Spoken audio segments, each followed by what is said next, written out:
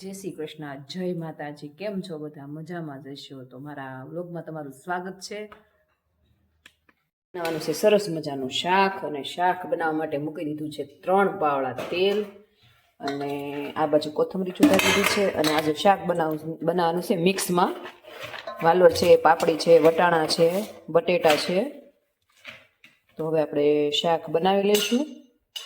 શાક ઓલરેડી સુધારી ધોઈ અને તૈયાર કર્યું હતું, એ નાખીશું.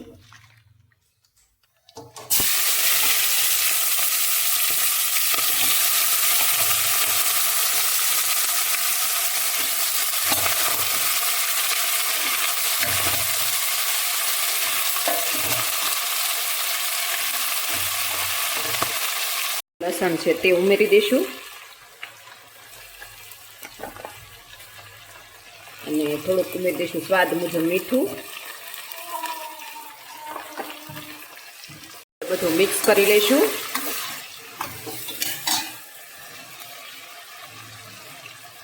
પછી દળેલી ચટણી નાખવાની છે, અને જો લસણવાળી હોય તો અતિ બેસ્ટ, પણ લસણવાળી નથી એટલે મેં ખાલી ઓનલી દળેલી જ નાખી છે.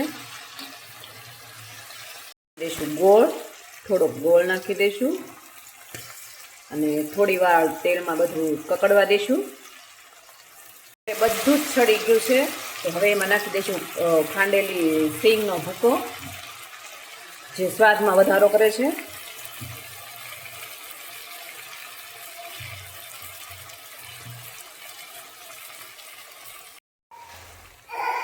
હવે એમાં 1 ગ્લાસ પાણી રેડી દઈશું, અને 2 સીટી થવા માટે મૂકી દઈશું, કારણ કે 3 સીટીમાં તો વધારે બફાઈ જાય છે કુકરમાં, એટલે 2 સીટી થવા દેવાની છે, અને શાક તૈયાર થઈ જશે 2 સીટીમાં.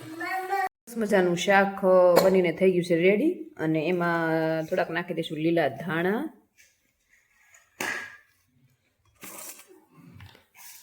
થોડોક નાખી દઈશું મેથીનો શેકેલો પાવડર, જેથી જે ટેસ્ટમાં વધારો કરે છે.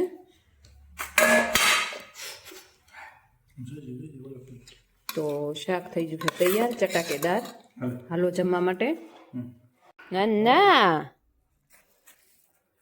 પાણી પાઈ દે, બધું પાઈ દે, ફૂલ ઝાડ ને વૃક્ષ ને પાઈ દે બધાને. ક્યાંથી પાણી આવે? પાણી ક્યાંથી આવે? જો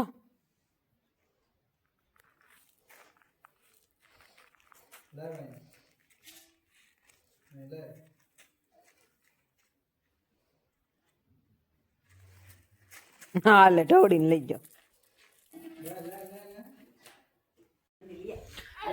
તો આ બાજુ ધૈર્યભાઈ રીસાણા છે, જો એનું રીસાવાનું જો. એક છોકરો રીચાણો, કોઠી પાછળ ભીસાણો, કોઠી પડી આડી, અરર માડી, છોકરે રાડ પાડી.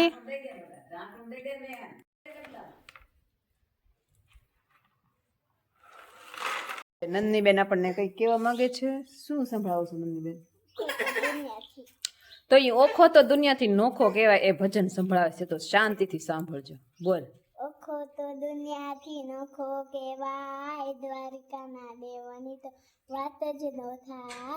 મીઠુડી ધરતીના મીઠા ભગવાન, દરિયાના ફળિયાના મીઠા ભગવાન, આભેલી મૂર્તિ ગાય, દ્વારિકાના દેવની તો વાત જ ન થાય, દ્વારિકાના દેવની તો વાત જ ન થાય. સરસ. તો સરસ મજાનું દ્વારકાધીશને યાદ કરી અને સરસ મજાનું ભજન ગાયું છે. ઓખો તો દુનિયાથી નોખો કહેવાય, એની કાલેઘેલી ભાષામાં. એને છે ને 16 ઘડિયા પાકા કર્યા છે. આજે 16નો ઘડિયો પાકો કરાયો છે, તો એ બોલે છે. બોલ. 16 એકા 16, 16 દુ 32, 16 તેરી 48, 16 16 85, 16 96, 17 126,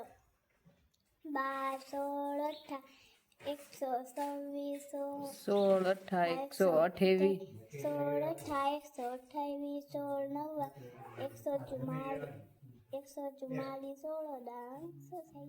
સરસ. પાણી ઢોળ ને ખામાં છે પાણી.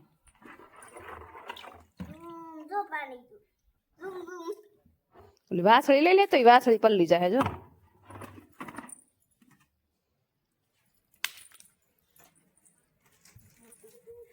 જોઈ નળ આરે બળ કરે જો. હવે હું લાવી ચોપડી આવી.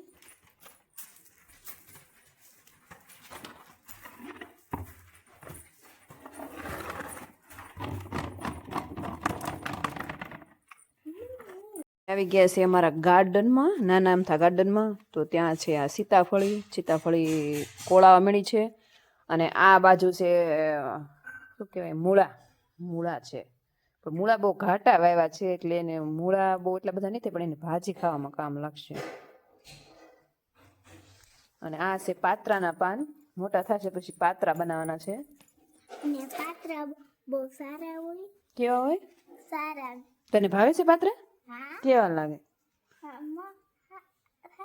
મોળા. ને જો આ ભૈલું જો ફૂલ તોડવા માંડે. જો સવારમાં સડાવવાનું હોય ભગવાન ને તો ઈ તોડવા માંડ્યો. કાસા પાન ખાવા માંડી.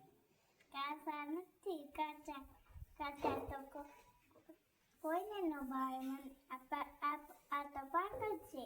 પાકળ પણ પાત્રા તો બનાવેલા નથી ને એમ.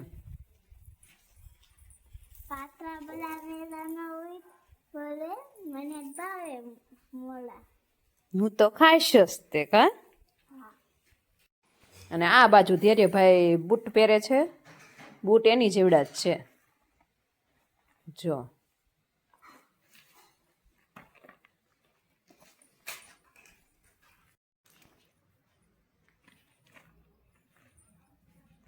જો આ છે રીંગણીનો છોડ, પણ ફૂલ આવ્યા છે અને રીંગણા પણ આવે છે. તો રીંગણાનો ઓળો પણ બહુ મસ્ત થાય છે અને શાક પણ બહુ મસ્ત થાય છે. અને આ છે વાલોર. વાલોર પણ આવી ગઈ છે. ઝુમખા આવી ગઈ છે વાલોર. અને આ છે ગુલાબ, પણ ગુલાબને હજુ ગુલાબ આવ્યું નથી. એકવાર આવ્યું હતું પણ કાપી નાખ્યું હતું એટલે હજુ નાનું છે. અને આ છે લીંબોડીને પણ લીંબુ હવે આવશે. ઝીણા ફૂલ ક્યાંક આવ્યા છે એટલા માટે.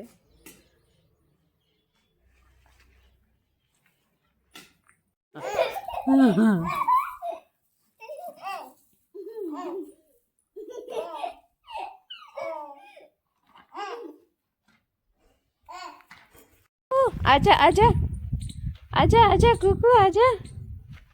નંદી રોટલી વોટ લાવી નહીં. તો આ બાજુ ગલુડિયું ભૂખ્યું થઈને આવ્યું છે ખાવા માટે. પણ એને જોવા માટે રમાડવા માટે બહાર નીકળી ગયા છે, ડેલાની બહાર. કવડી જશે કુકુ કવડી જશે. આ ભાઈ પાણો ન લેવાય.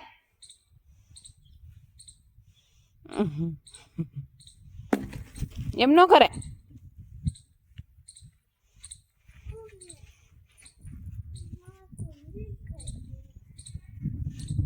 ચાર રોટલી લેતે. તો ફાઇનલ ગાઈસ કામકાજ કરીને થઈ ગયા છીએ ફ્રી. બધું કામ કરી નાખ્યું છે અને હવે થોડી વાર ફ્રેશ થાશું. અને બાળકો ગયા છે રમવા, અને રમીને આવે ત્યારે બનાવવાનો છે નાસ્તો. તો તમે પણ નાસ્તો કરવા માટે આવો. નાસ્તામાં બનાવવાના છે પુડલા. તમારે ખાવ હોય તો આવી જાજો. ફરી મળીશું કાલે નવા બ્લોગમાં. ત્યાં સુધી બાય બાય.